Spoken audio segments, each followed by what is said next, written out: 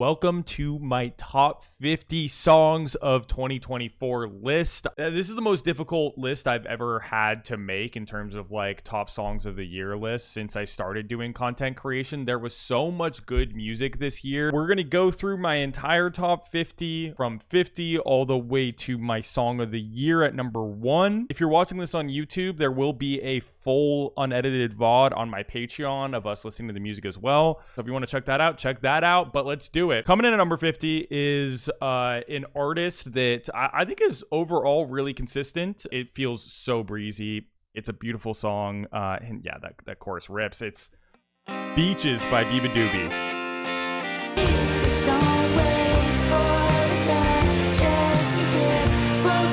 Moving on to 49 is an artist that I don't even know if he's ever going to drop this goddamn album, but he needs to at some point. I thought this was an absolute banger. At 49 is HIGJACK by A$AP Rocky.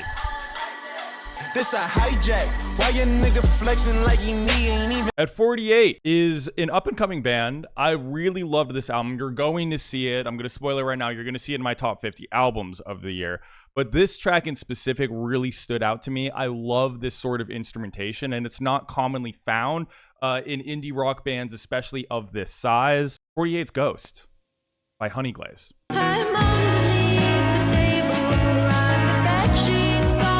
This song really stood out to me. Two artists that have gotten a lot of critical acclaim, making a collaborative song that I think is easily one of the best like country adjacent songs with a twang of the year. At 47, I have Right Back to It by Waxahachie featuring MJ Lenderman.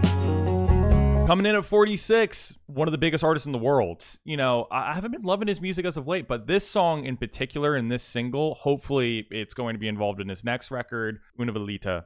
Bad Bunny.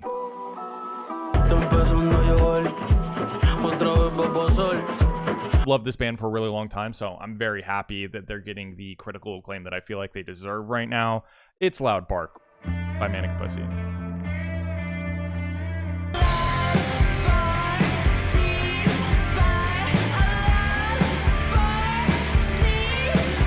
Love the chorus. I love like the dark, gritty energy of it, even if it does kind of sound like it was made in a bedroom. Probably was. But at 44, I have Run the Fade by iDress. At 43 is an artist that I think this is the highest potential that they've ever had. They decided to go a jazz pop route with this sort of thing, and the arrangement, instrumentation, vocal performances, I didn't know they had it in them, but it's Big Feelings by Willow. Coming in at 42 is an artist that was very high up on my album of the year list last year. This song is attached to it in the bonus version of the rec. 42, it's Coma. Caroline Polachek. At 41, this came out later in the year. This is an artist that I've believed in for a long time, has been putting out really good music. Hailing from the UK, but doing a more Americanized sound, British version of it, Heartland rock artist. It's Sam Fender with People Watch. Oh, my heart feels so. We are in the top 40 now with one of the biggest bangers of the year. This artist is just nonstop fun, and this entire record is full of tracks like this, but this is easily my favorite. It's Remy Wolf at 40 with Cinderella. At 39, this is an artist that got a lot of praise last year for her record last year, and I wasn't as big on it as everybody else was, but I was blown away by the single. It's Genesis by Ray at 39. Best years of your life, but I seem to be spending mine missing sunset. Coming into 38 is one of my most listened to songs of the year. It is an absolute banger from Mac Homie of all people, collaborating with Keytronada. God, this beat is so stanky. At 37 is a song that I loved the first time that I heard it. I think it took a while for some other people to get warmed up to it. In fact, it was released months before it became a smash hit. It's Tinashe with Nasty. Is somebody gonna match my freak? Is somebody gonna match? I think that the song is brilliant. I love the fusion of styles. And this is a debut album. It's the last dinner party with Caesar on a TV screen. 36.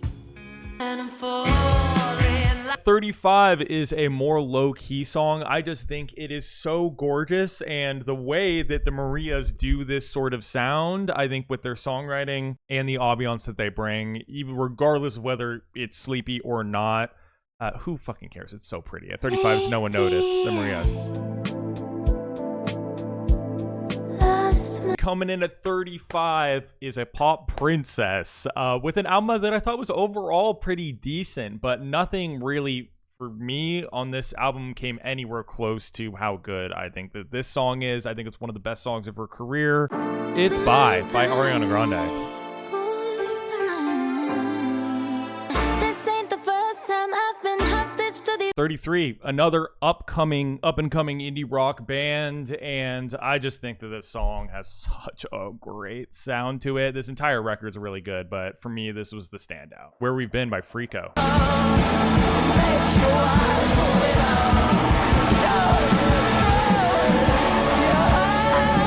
At 32, one of the best songwriters in the world, maybe one of the best songwriters of all time, in my opinion. An intimate song, intimate album. It's Adrian Lanker with Sadness is a Gift.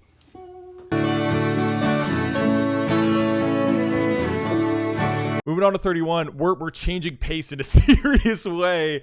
This is just a banger. I think this album elevated them to a completely different level in hip-hop. It's Pack-a-Punch. Joey Valance and Bray with Danny Brown. The amount of quotables this song has is just ridiculous, bro.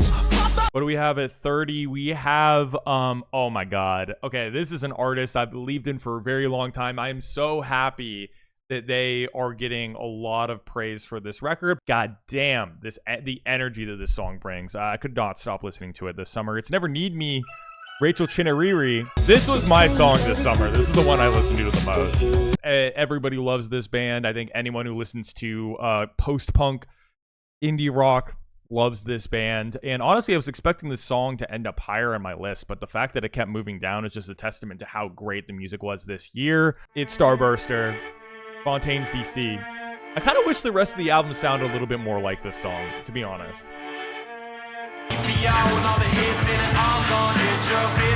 One of the most addicting songs of the year. Oh my God, this instrumental is insane. And one of my favorite electronic artists ever. It's Jamie XX with Baddy On The Floor. 28.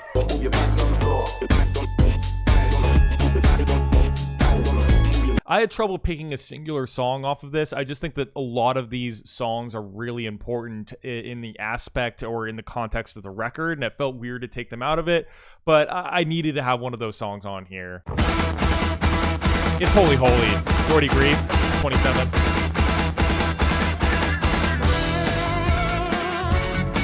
At 26, an artist that I would never have predicted in a million years would be on my best albums list or my best songs list any year, because I was just not a huge fan of their work previously, but I think that they grew leaps and bounds as a songwriter. And listen, this reminds me a lot of a singular artist. It reminds me a lot of Phoebe Bridgers, but I think it's done so well that you can't really get mad at it. 26 is Pushing It Down and Praying by Lizzie McAlpine. He's inside of me. This is an artist that in this community and an artist that I've really believed in as a rapper. I think she just needed to put out a mixtape to get everybody on the hype train, and I'm really glad that everybody is now. I went with Nissan Altima for Doshi. You know one of her songs is going to be on here. At 25. At 24, we have one of the hardest hitting albums of the year. The guitar work, the absolute wall of sound that this record has is fucking incredible. And this song in specific it has one of my favorite features of the year as well. Come on, it's Knocked Loose, baby. With Poppy, Suffocate. Come to Mosh Chat. At 23, we have A song that a band that I think is missing from a lot of people's end of the year lists in general, but specifically this song. I thought I would see this song on more people's lists, but for me, I was like, this needs to be in the top half because the production is just out of this world. It's Justice. At 23, The Generator.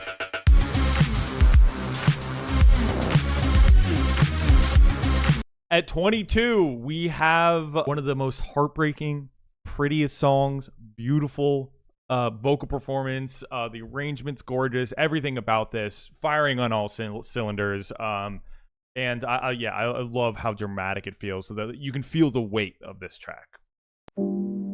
It's Goddess by Leve. 22.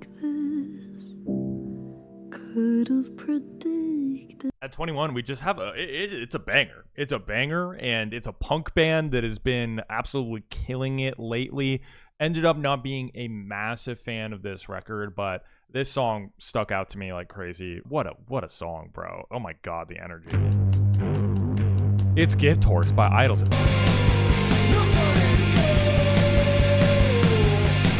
At 20 is maybe the most interesting career of like any modern artist is the person we have up next. With a collaboration, which I think is super interesting and specific, because you can tell that this artist was really inspired by the feature artist in the band that they came from. At 20 is Texas Blue by Quedeca, featuring Kevin Abstract. This piano part's crazy.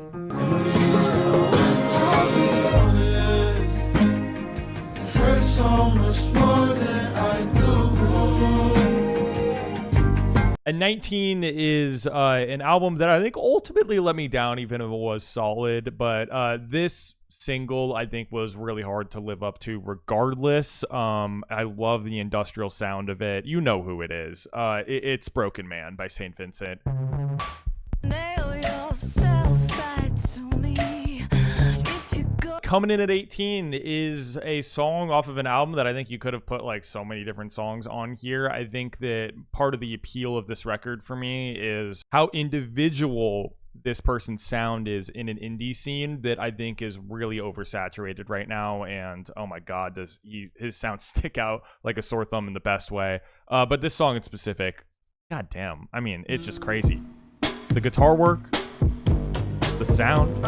At 17 is a closer to one of my favorite pop records of the year. I think that Billy has a talent for closers, even though I'm gonna count Happier Than Ever as a closer, even though it should have been. But yeah, I love this album, love how it wraps up the entire thing, and it's just easily the best track on the entire album. It's Billie Eilish with Blue. 17.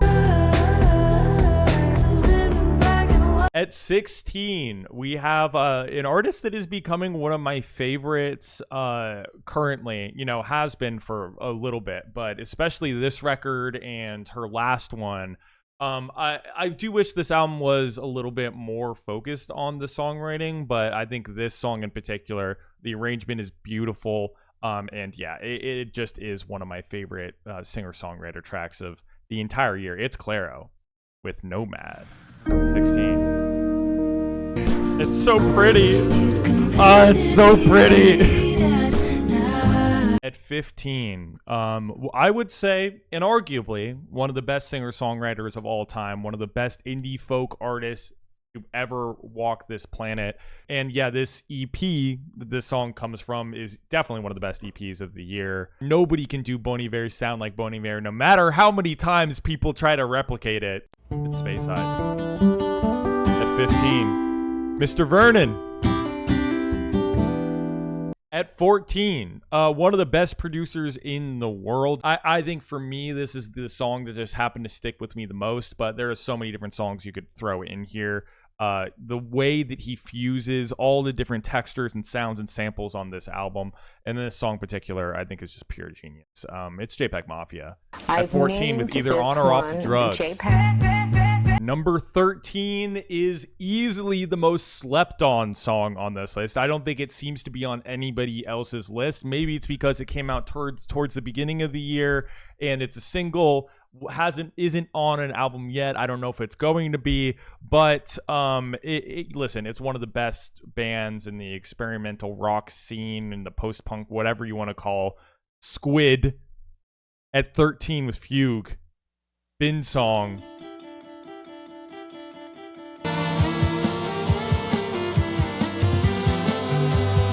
At 12, one of the best songwriters of all time. Again, been doing this for 30 years at an extremely high level. Very few artists are as consistent as this one. Very few singer-songwriters are. In this album, this song in particular just blew me away. The dynamics of it, incredible. It's Mount Airy, Phil Elverum with I Walk. But I still carry it all. One of my favorite collaborations of the entire year. And these are two artists that I think have been doing really good, really good in the scene for a while now, but they've never reached peaks like this until they made a song together.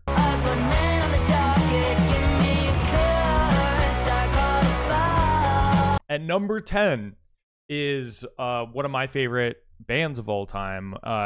They have one of my favorite albums ever, and I think that this song in particular, while I'm not over the moon about the album, I think that this album they could have reined in a little bit and made more songs rather than these really expansive ideas. But this track in specific, I think, just nails what they do the best. So breezy, but it's like it has that psychedelic vibe to it. I love this track so much, and goddamn, it speaks to me on a spiritual level. It's at 10 is "People in the Streets" by MGMT. And someone complained that the fire was out, so they shut off the rain. At number 9 is an electronic song. A big, expansive, full of different textures. The sound design, the synth design of this track is just out of this world. Incredible. Has been one of the best electronic artists in the world for quite a while now, and genuinely one of the most influential on top of that. We obviously aren't going to be able to listen to this whole thing because it's like 10 minutes long, but it's Silver Thread Golden Needle at 9 by A.G. Cook.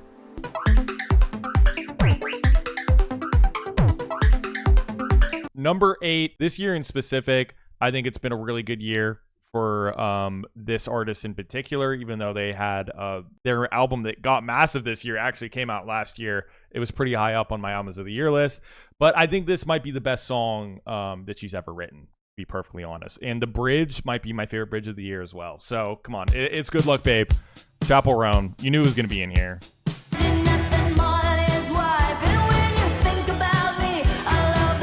Number 7, it is a song by a very prominent artist that I was totally blown away by the first time I heard it. The album ended up just being whatever to me, but this song, I am surprised, hasn't been getting as much praise as I necessarily would have expected, because it is an absolute epic. I think it's almost on par with Me and Your Mama. It's Lithonia by Childish Gambino.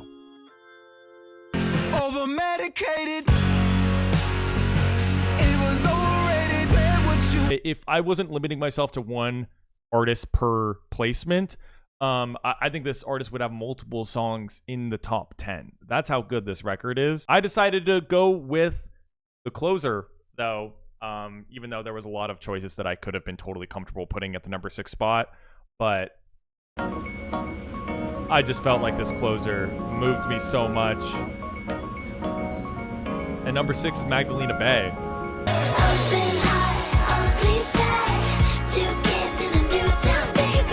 I think some people might be a little surprised about the song that I chose from this artist, because they had an incredible year, like a generational year. I think that it's the better diss track. The progression of it, the bars are better, I think, overall. Come on, it's Kendrick Lamar. At number 5 with Euphoria. Taking for likes and digital hugs. Is daddy a killer? He wanna be junior. They must have forgot the shit that they done. Dementia must run in his family, but let it get shaky. I park his son. Moving on through the top 5 at number 4. The 4th best song of the year is just a straight up sugary pop banger. One of my favorite instrumentals of the year. It is just non-stop fun. It's cheeky. It's clever. It's Porter Robinson with Cheerleader.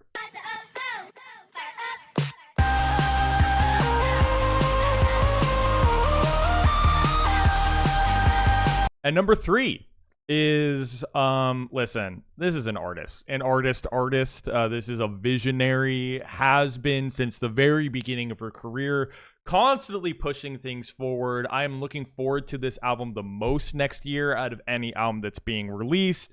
And obviously, you know, the visuals don't impact my decision here. Visuals are out of control as well. Just what an expansive, insane song. It's FKA Twigs with Eusexua.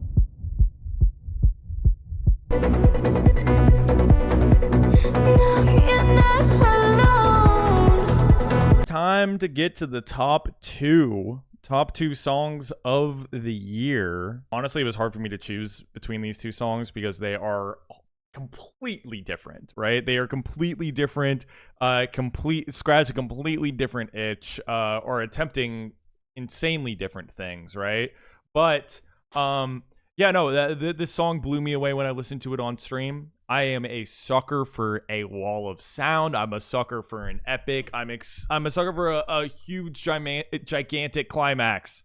Okay, in music, and it just happens to be one of the best working songwriters right now. Putting lyrics over an instrumental like this. Come on, at number 2, it's Screamland, Father John Misty.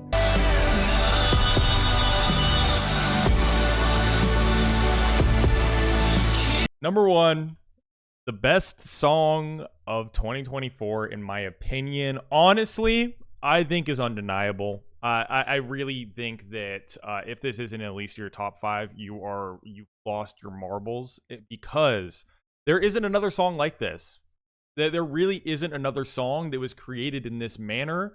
It's wholly unique, especially in pop music, but like in like literally anything in music. I don't think I've ever heard a song created in this way, where somebody releases a track about another artist and then they hop on the song to discuss what the original song was about. It's so healing, it's so interesting, and overall, it's also just a banger. Girls So Confusing, Charlie XCX Lord, you guessed it. What else could it be? I tried my best. Okay, people in the chat saying no Tyler, no English teacher, there's no Beyonce, and I do this every year. I think that if there is an album, I make my album of the year list first, then I make the singles list. And I think usually what I like to do is that if there is an album all the way, you know, very high up on the list, I typically favor singles from artists that did not release an album, or singles from artists or cuts off of albums that did not make the list, over the ones that are already high up there. And a lot of the reason I do that is because if there isn't like one huge standout to me in specific, I'm going to favor the standout from another artist that didn't make that list. What is your song of the year, guys? Is it Girl So Confusing, or is it something else?